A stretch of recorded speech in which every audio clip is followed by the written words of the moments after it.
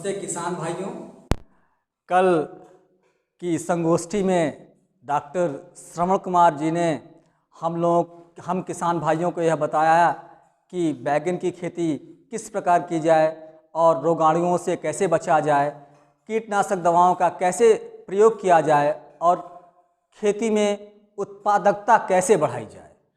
इस विषय पर बड़ी ही सूक्ष्मता से डॉक्टर साहब ने कल हम लोगों को जानकारी दी, जिससे हमारा कृषि उपज बढ़ जाए और हमें उत्पादकता और अधिक कीमत प्राप्त हो सके। इसी कड़ी में डॉक्टर साहब आज हम लोगों को टमाटर की खेती के बारे में विस्तृत व्याख्या देंगे और बताएंगे कि किस प्रकार टमाटर की खेती से हम अधिक उपज प्राप्त कर सकें और अच्छा आमदनी कर सकें। इन्हीं शब्दों के साथ हम सबके श्रद्धेय डॉक्टर साहब जो किसान भाइयों के शुभेच्छु हैं और निस्वार्थ सेवा कर रहे हैं, डॉक्टर साहब आपका बहुत बहुत स्वागत है इस मंच पे। मेरे प्रिय किसान भाइयों नमस्कार।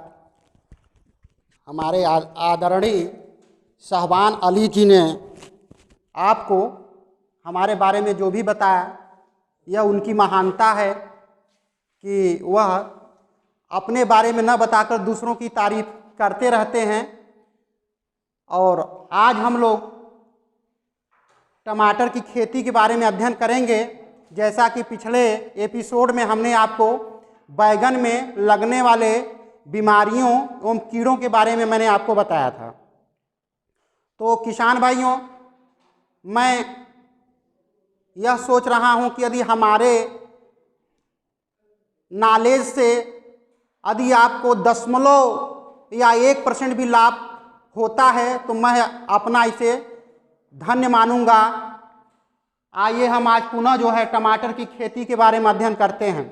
देखिए, सर्वप्रथम जो भी गड़बड़ी होती है सीधे बीज से होती है। जैसा कि कल भी मैंने आपको बताया था, यदि आपका बीज ही शुद्ध नहीं है, बीज ही सही नहीं है, तो फिर सारा का सारा खेती करना आपका बर्बाद हो जाता है। तो सर्वप्रथम हमने आपको बताया था कि बीज कहाँ से लिया जाए। देखिए, भारतीय सब्जी अनुसंधान संस्थान अराजी लाइन वाराणसी में है। यहाँ से आप अच्छी बीज एवं शुद्ध बीज प्राप्त कर सकते हैं, या तो जो हमारे कृषि विश्वविद्यालय हैं जैसे नरेंद्र देव कृषि एवं प्रौद्योगिकी विश्वविद्यालय कुमारगंज फैजाबाद, वहाँ से भी आप शुद्ध एवं अच्छी बीज प्राप्त कर सकते हैं। दूसरा, चंद्रशेखर आजाद कृषि एवं प्रौद्योगिकी विश्वविद्यालय कानपुर, वहाँ से भी आप बीज प्राप्त कर सकते हैं। या जो कृषि विज्ञान केंद्र बने हुए हैं, वहाँ पे जो हमारे साइंटिस्ट वैज्ञानिक होते हैं, उनसे भी आप सलाह ले सकते हैं, उनसे भी बीज आप उपलब्ध करवाने की कह सकते हैं। तो सर्वप्रथम बीज ही किसान की कहिए रीढ़ होता है, क्योंकि यदि बीज ही शुद्ध नहीं मिलेगा तो आपका पैसा धन जन सब बेकार चला जाएगा। तो प्रिय किसान भाइयों, बीज टमाटर का 1 हेक्टेयर खेती करने में, 4 बीघा खेती करने में आपको 400 से 500 ग्राम बीज लगता है। अर्थात हम ऐसे भी कह लें कि 1 बीघा खेती करने के लिए 100 ग्राम बीज की आवश्यकता होती है। तो जब भी आप बीज को लाइए, तो यदि मार्केट से ला रहे हैं बाजार से, तो देख लीजिए कि पैकेट पे लिखा है कि यह बीज उपचारित है या शोधित है कि नहीं शोधित है। यदि शोधित नहीं है तो शोधित करना पड़ेगा, शोधित है तो शोधित नहीं करना पड़ेगा, दोनों बातें हैं। बीज को शोधन करने के लिए हम 4 दवा का उपयोग करते हैं। पहला है सेरेसेन, दूसरा है थायराम, तीसरा है केप्टान, चौथा है एग्रोसेन जीएन।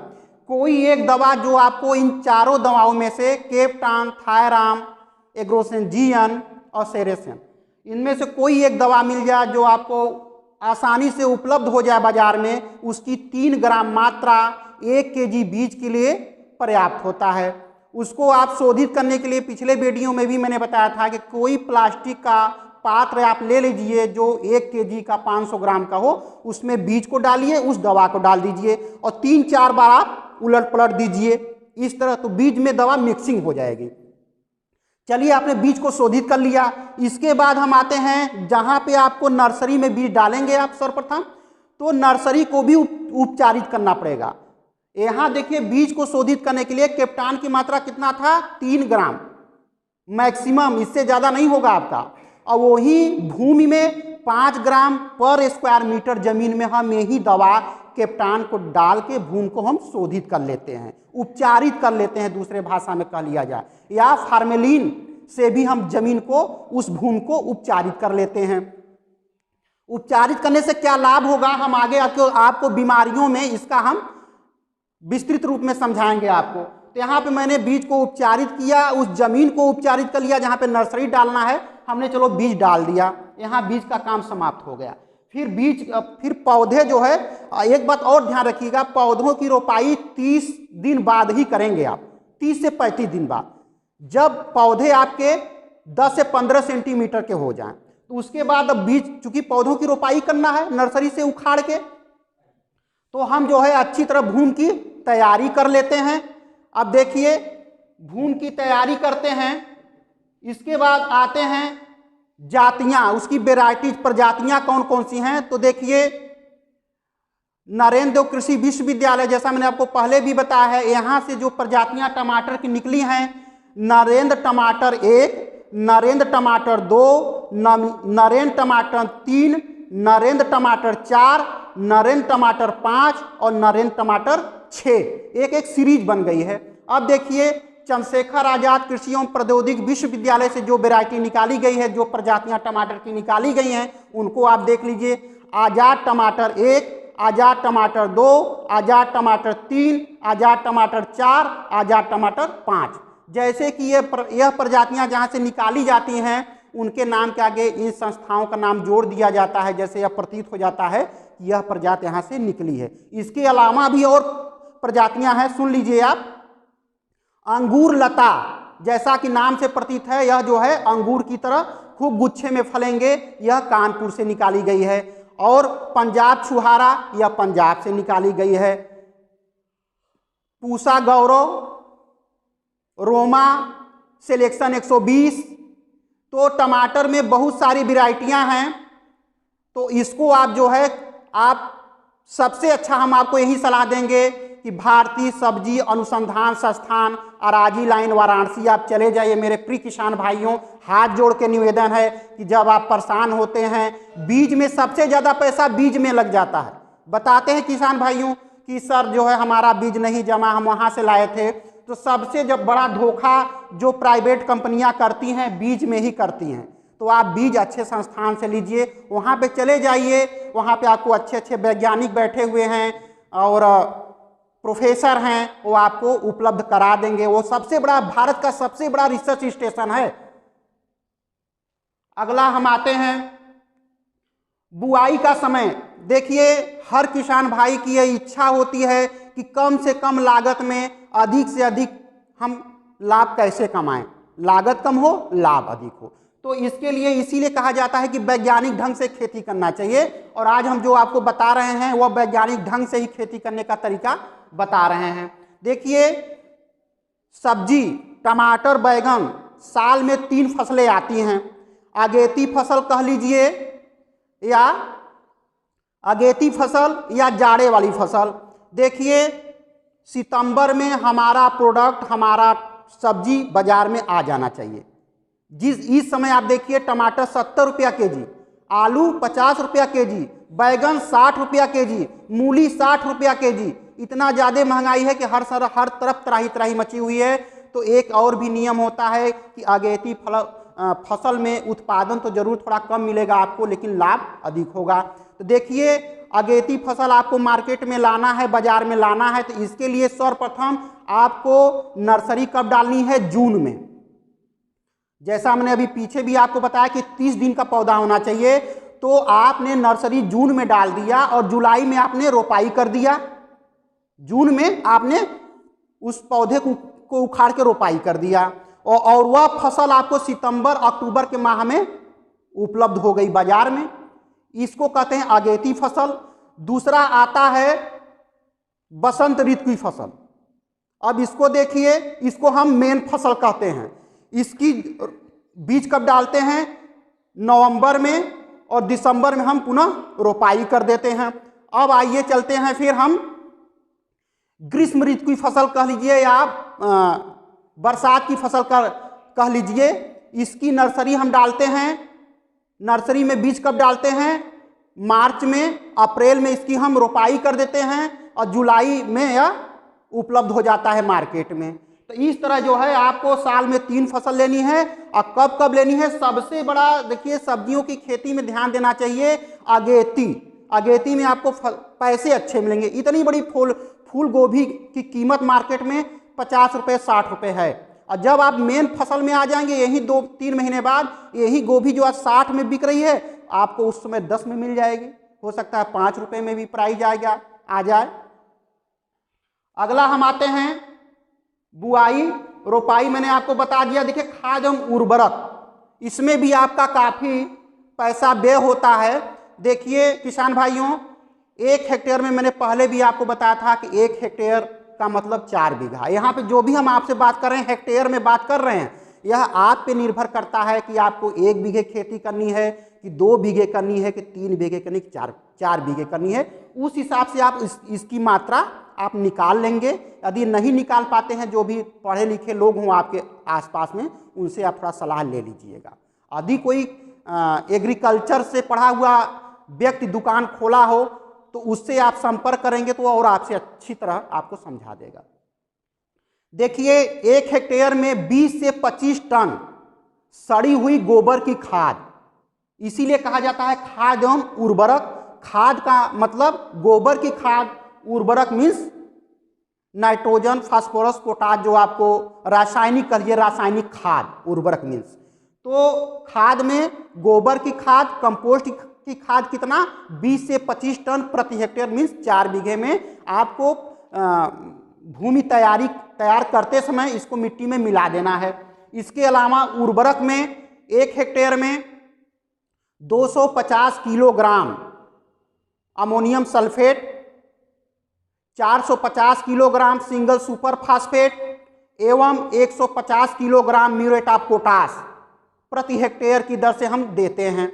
अब इसमें आप देखिए कि कितना खाद कब दे देना चाहिए। तो रोपाई के पहले ही भूमि में फास्फोरस की पूरी मात्रा, नाइट्रोजन एवं पोटाश की आधी मात्रा हम मिट्टी में मिला देते हैं। इसके बाद हम पौधे की रोपाई करते हैं। आगे आइए, पाला से पौधे को बचाना है, क्योंकि जाड़े में पाला भी गिरते हैं जिससे हमारे पौधे नष्ट हो जाएंगे। तो पाला पड़ने के लिए कंडीशन होते हैं कि मौसम साफ होना चाहिए, हवा नहीं चलनी चाहिए, और हम ये कह दें कि हमसे आप अच्छा जानते हैं कि पाला कब पड़ेगा। तो पाले से फसल को बचाना है, तो जैसे आपको ये अनुमान हो जाए कि नहीं पाला पड़ेगा, तो आप फसल की सिंचाई कर दीजिए, तो उससे आपका फसल नष्ट होने से बच जाएगा। अगला है फलों को फटने से बचाना। देखिए आप टमाटर में भी देखे होंगे कि आपके फल फट जाते हैं, जिससे उसकी गुणवत्ता कम हो जाती है, तो आपको उचित दाम नहीं मिल पाता। तो प्रिय किसान भाइयों, आपको यह ध्यान देना है कि हम फलों को फटने से कैसे बचाएं। पहली बात कि भूमि की तैयारी करते समय ही बोरेक्स आता है, बाजार में आपको मिल जाएगा, यह इसी नाम से आता है, हिंदी में इसको सुहागा भी बोलते हैं। बोरेक्स को 20 से 25 केजी प्रति हेक्टेयर की दर से आपको मिट्टी में मिला देना है, अर्थात 4 बीघे में 20 से 25 केजी। कम से कम 20 केजी, अधिक से अधिक 25 केजी। तो 20 केजी यदि ले लेते हैं रेशियो, तो 5 केजी प्रति बीघा। और देखिए यदि आपको उस समय आपने नहीं डाल पाए बोरेक्स, अब फल फट रहा है और आप काफ़ी चिंतित हैं, तो आपको बोरेक्स सॉल्यूशन आता है, बोरेक्स घोल आता है, उसको आपको 0.3% के हिसाब से 15 दिन के अंतराल पे 4 बार छिड़काव करना है। 0.3% 15 दिन के अंतराल पे 4 बार छिड़काव कर देंगे तो यह जो है फल फटना बंद हो जाएगा। और एक बात और है कि आप जाड़ों में सिंचाई 10 दिन के अंतराल पे करनी है फसल की, और गर्मियों में 7 दिन के अंतराल पे करनी है। यह तो डिपेंड करता है कि कैसा मौसम है, उस हिसाब से आप देखा कि पहले जरूरत महसूस हो जाती है तो आप पहले ही सिंचाई कर दीजिए। फलों का बनना, देखिए जैसे मैंने आपको बता देना चाहता हूं कि टमाटर में जब फूल आएंगे तभी फल बनेंगे, यह तो आप भी जानते हैं। तो जाड़े के दिनों में रात का तापक्रम यदि 13 डिग्री सेंटीग्रेड से कम है किसान भाइयों, तो आपका फल नहीं बनेगा। जैसे आपको मैं एकदम सरल भाषा में बता दूं कि रात का तापक्रम 13 डिग्री सेंटीग्रेड से अधिक होना चाहिए। यदि इससे कम होगा तो आपका फूल नहीं बनेगा, फूल नहीं बनेगा तो फल नहीं बनेगा, जिससे आपको आर्थिक रूप से नुकसान होगा। तो देखिए, फल बनने के लिए, फूल बनने के लिए एक जो है हार्मोन है पैराक्लोरोफेनॉक्सिक एस्टिक एसिड। पैराक्लोरोफेनॉक्सिक एस्टिक एसिड, इसकी 50 से 100 ppm मात्रा का छिड़काव करना है। इससे आपका यह फूल अधिक आएंगे तो फल भी अधिक बनेंगे। 1 हेक्टेयर में पैदावार यदि आप जिस हिसाब से मैं बता रहा हूं उस हिसाब से आप करेंगे तो 250 से 300 कुंटल प्रति हेक्टेयर पैदावार आपको मिलनी चाहिए, और इससे अधिक भी मिल जाता है, कोई ये नहीं है, लेकिन एक अनुमान है, यह डाटा है कि 2 से 250 कुंटल 300 कुंटल प्रति हेक्टेयर उत्पादन मिलेगा। आगे हम आते हैं बीमारी।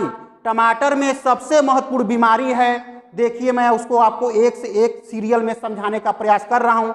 आर्द्र गलन रोग, यह नर्सरी में लगता है।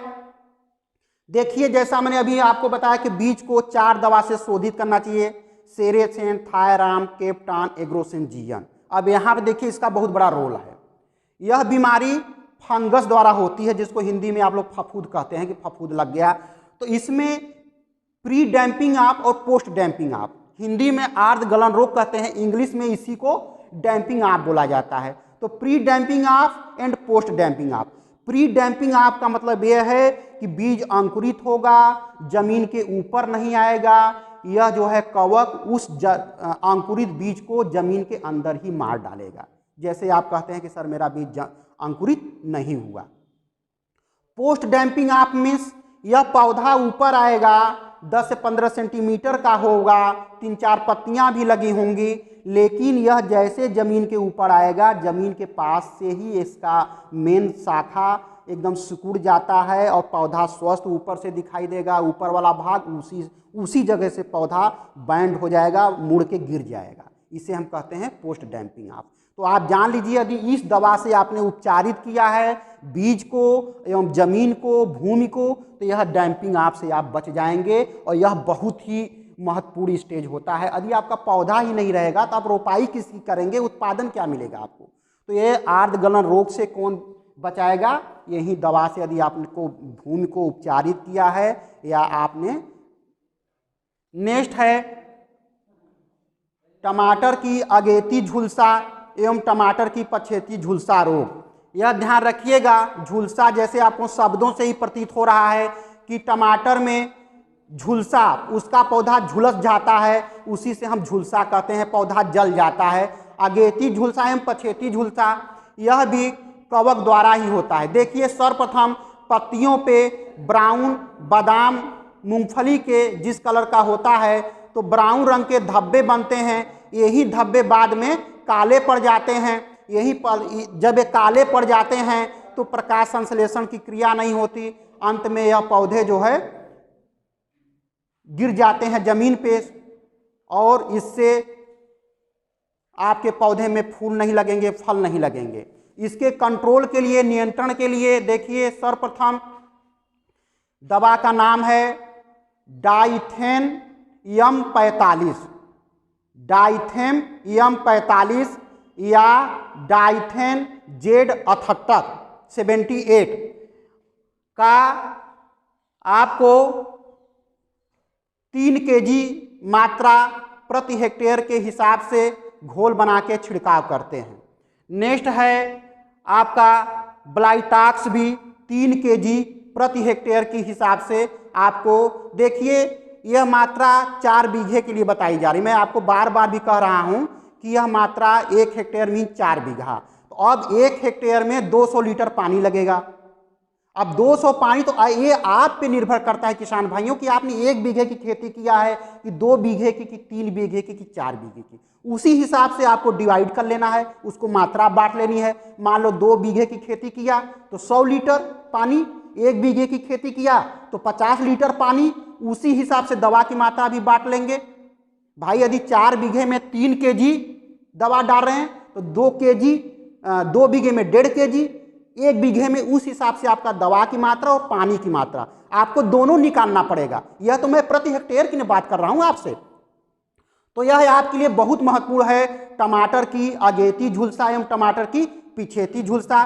तो मैंने आपको यह भी बता दिया कि आप कैसे लक्षण जानेंगे और उसकी दवा की मात्रा भी मैंने बता दिया, दवा भी बता दिया। और एक दवा और है डाइफोलाटान, यह 0.2% की मात्रा, मैंने इसमें से 4 दवा बता दिया। डाइथेम M45, दूसरा डाइथेम Z78, तीसरा ब्लाइटॉक्स, चौथा डाइफोलान।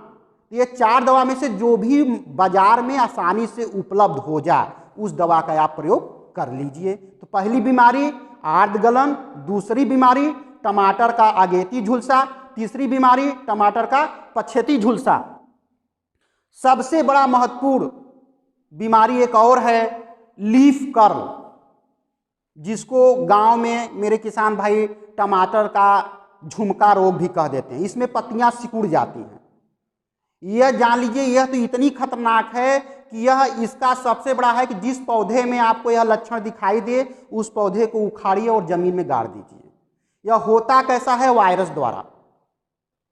और वायरस जैसे आपको सर्दी जुकाम बुखार हो जाए, सर्दी के केस में दोस्तों मैं बता देना चाहता हूं किसान भाई, आप चाहे जो दवा कर लो, सर्दी हो गई तो वायरस अपना जीवन चक्र लाइफ साइकिल 3 दिन में पूरा करेगा, इसके बाद ही आपको आराम मिलेगा। आप दवा जाओ डॉक्टर के पास ले आओ, लेकिन ये सोचो कि हमें तुरंत आराम मिल जाए, 3 दिन बाद ही सर्दी से आराम मिलेगी। तो वायरस यदि एक बार लग गया तो उसका कोई विशेष निदान नहीं है, लेकिन फिर भी निदान है। देखिए, पहला तो मैंने आपको बताया कि उस पौधे को आप उखाड़िए, जमीन में गाड़ दीजिए।